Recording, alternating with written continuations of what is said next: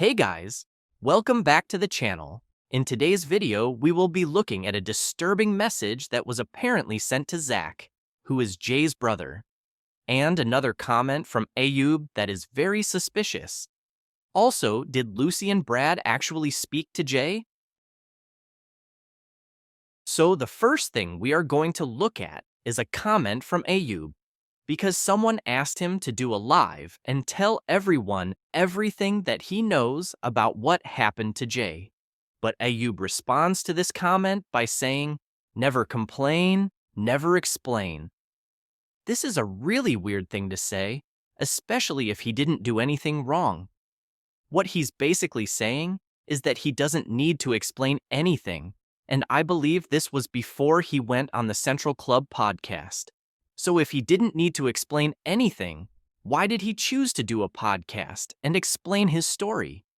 Were people getting to him, and he thought that he had to explain his side of the story? Or maybe he needed time to get his story straight and make sure he didn't slip up when revealing what he knows. Whether he planned his story or not, there were multiple mistakes throughout this podcast. Maybe he forgot that he went live so many times and said completely different things which were screen recorded. Ayub kept replying to people's comments, and it was like he was trolling everyone at the start. He probably thought that he had got away with whatever actually happened. But since Saul joined Rocky's live and spoke about the stolen watch, Ayub and Rocky have been quiet, and I think Rocky has only done one live since then. But after his name was revealed, he has disappeared. The next thing we are going to look at are some clips from a live stream that included Chris and Luggy, because what they say in this live makes me think that it would have been very hard for Lucy and Brad to speak to Jay. Know that basically when Lucy reported this, that the police turned around and didn't search, sat there in a car all day. Lucy said to him, I think it was on the 18th, it's been 24 hours now, you told me you're sending an helicopter. And they said, oh, we couldn't sell an helicopter up because it was too dark. So for the first 2 days, there was no helicopter even, and she got lied to. So Civil Guard actually lied to her, because they said to her that they were actually sending her, they were sending a helicopter up. So I was reading something else at the moment that they were sending an helicopter up when they never. So she was lied to, and she was told, you can't report him to a certain time. So you know when. So in this first clip, Luggy specifically says that the Spanish police said to Lucy that they couldn't send out a helicopter to look for Jay because it was too dark, and that they apparently lied to Lucy. So what time did Lucy actually report Jay missing? Because she says that she went to the police station and reported him missing straight after her phone call with Jay ended, even though Jay wasn't missing. But that's not the point I want to make. It's the fact that if the police were told about Jay in the morning and said to Lucy that they are going to send a helicopter out, how can they come back and say it's too dark when they had all day? This makes me think that maybe Lucy did report Jay missing later on in the day and not straight away. So going back to the document that was released, Luggy actually gave his opinion on what Duncan had to say about it, and obviously, Luggy and Duncan aren't on the same page, so Luggy made a few comments about him. But Luggy didn't actually say that the document is fake, and I'm sure he would have been one of the first people to say that it wasn't real. So maybe that statement is correct, and Lucy was at the Airbnb, which she quite happily kept to herself when she was interviewed. What a person is doing there, it actually takes a lot of brain power to take all the information that's available, okay, and then piece it together with time slots and proof of life slots.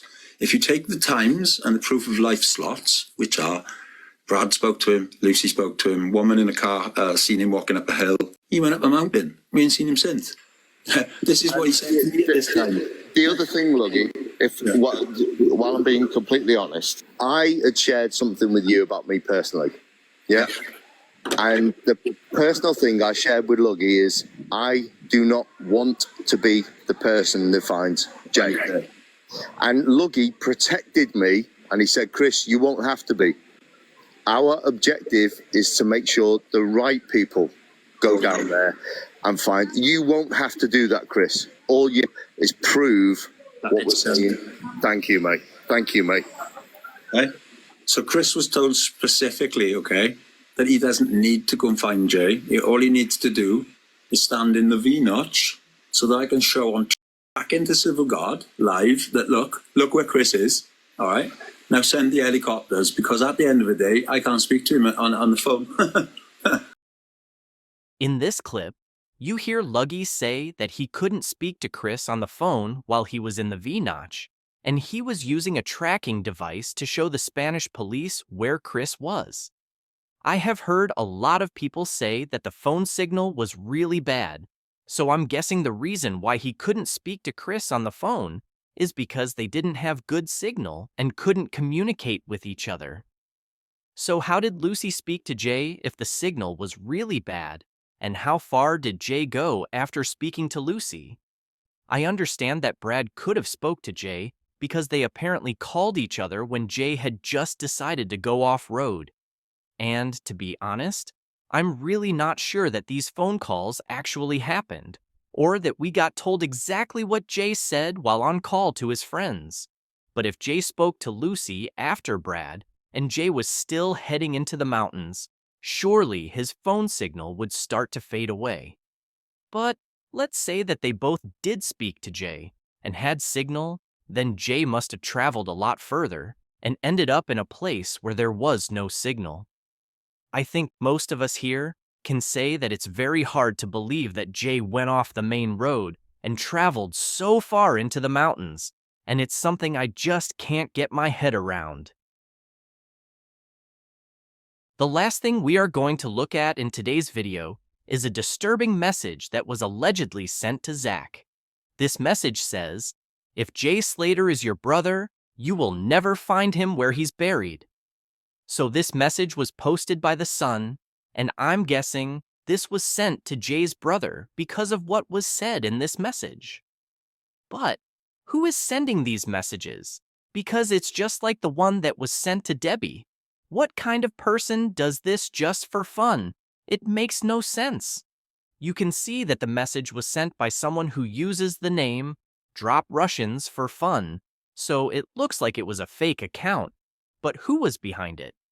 I'm still not sure about these messages, because the one that was sent to Debbie was done straight away, and she received the message as soon as she landed in Tenerife. So why so quickly? And who in their right mind does this to someone just for their own entertainment? This is what makes me think that someone who was involved in what happened to Jay could have sent these messages. Obviously, the message isn't correct, because Jay did get found. What do you guys think about the messages that were sent to the family? Is this just multiple trolls who spend their time sending horrible messages to people who are trying to find a family member? Or is it deeper than that? Thank you for watching. Please like and subscribe, and we will update you as we find out more.